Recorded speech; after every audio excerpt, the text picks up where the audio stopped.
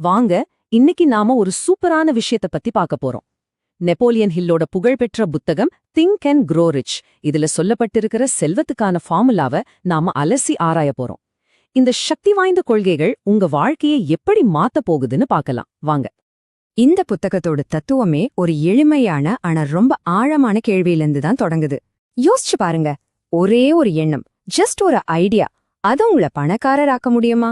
இது நிஜமாவே சாத்தியமா? இதுக்கு பதில் என்னன்னு கேட்டா நீங்க ஆச்சரியப்படுவீங்க. பதில் ஆம், முடியும். இந்த புத்தகத்தை பொறுத்த வரைக்கும் பணம் மட்டும் இல்ல, உலகத்துல இருக்கிற எல்லாமே ஒரு எண்ணத்திலிருந்து தான் ஆரம்பிக்குது. உங்க மனசுல வர ஒரு யோசனை தான் எல்லாத்துக்கும் முதல் படி. சரி, அப்போ ஒரு எண்ணத்தை எப்படி நிஜமான செல்வமா மாத்துறது? அதுக்கான முதல் மற்றும் மிக முக்கியமான படி என்னன்னா, அது வெறும் ஆசை இல்ல, ஒரு தீ மாதிரி மனசுல எரியிற ஒரு வெறித்தனமான ஆசை. இங்க ஒரு முக்கியமான விஷயத்த நம்ம புரிஞ்சுக்கணும். சும்மா ஆசைப்படுறதுக்கும் வெறித்தனமா ஆசைப்படுறதுக்கும் பெரிய வித்தியாசம் இருக்குங்க. சும்மா ஆசைப்படுறது எனக்கு இது வேணும்னு நினைக்கிறது மாதிரி, ஒரு சின்ன மெழுகுவர்த்தி மாதிரி. ஆனா அந்த எரியிற ஆசை இருக்கே, அது ஒரு காட்டு தீ மாதிரி, மத்த எல்லாத்தையும் மறக்க வச்சு உங்களை செயல்பட வைக்கும். இந்த மாதிரி ஒரு வெறித்தனமான ஆசைக்கு ஒரு சூப்பர் எக்ஸாம்பிள் இருக்கு. அதுதான் எட்வின் சி பான்ஸோட கதை. அவருக்கு ஒரே ஒரு குறிக்கோள் தான் இருந்துச்சு. அந்த பேரார்வம் தான் அவரை சரித்திரத்துல இடம் பிடிக்க வச்சது.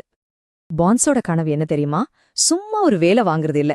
அந்த காலத்துல உலகமே கொண்டாடின தாமஸ் எடிசன் கூட பார்ட்னர் ஆகணும்னு நினைச்சாரு. யோசிச்சு பாருங்க, அது எவ்ளோ பெரிய, கிட்டத்தட்ட நடக்காத ஒரு கனவுன்னு. பான்ஸ் என்ன செஞ்சாரு தெரியுமா?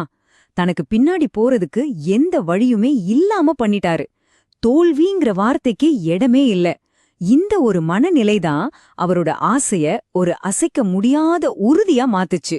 சரி, உங்க ஆசைய ஒரு உறுதியான இலக்கா எப்படி மாத்துறது?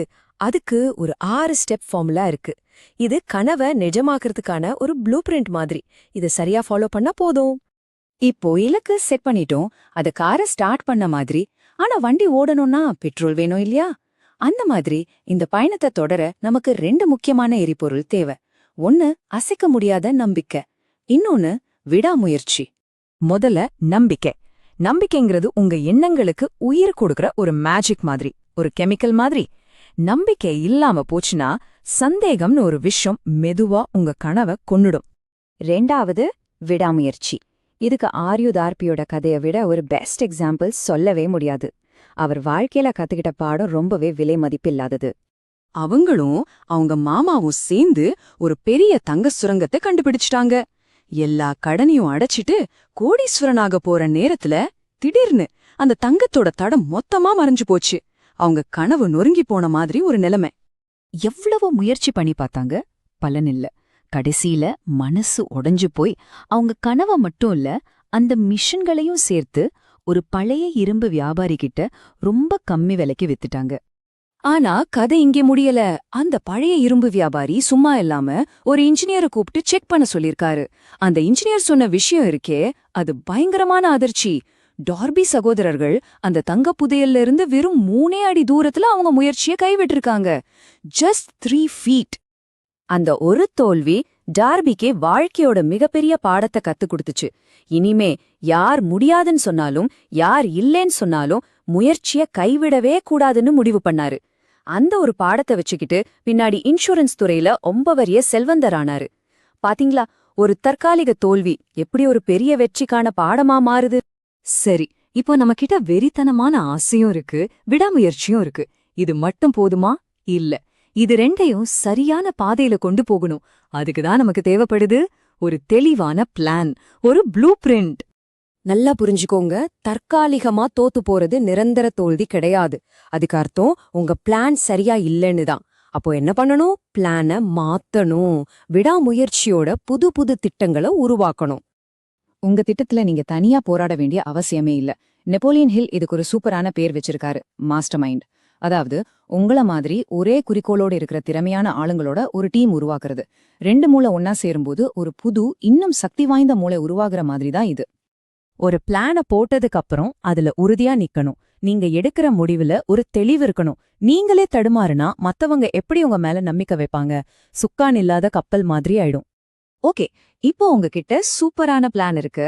ஆனா ஜெயிக்கிறதுக்கு பெரிய தடைகள் வெளியிருந்து வராது, அது நமக்கு உள்ளேதான் இருக்கு. ஆமா, நம்ம வெற்றியை அழிக்க காத்துக்கிட்டு இருக்கிற சில உள் எதிரிகளை பத்தி தான் இப்ப பார்க்க போறோம்.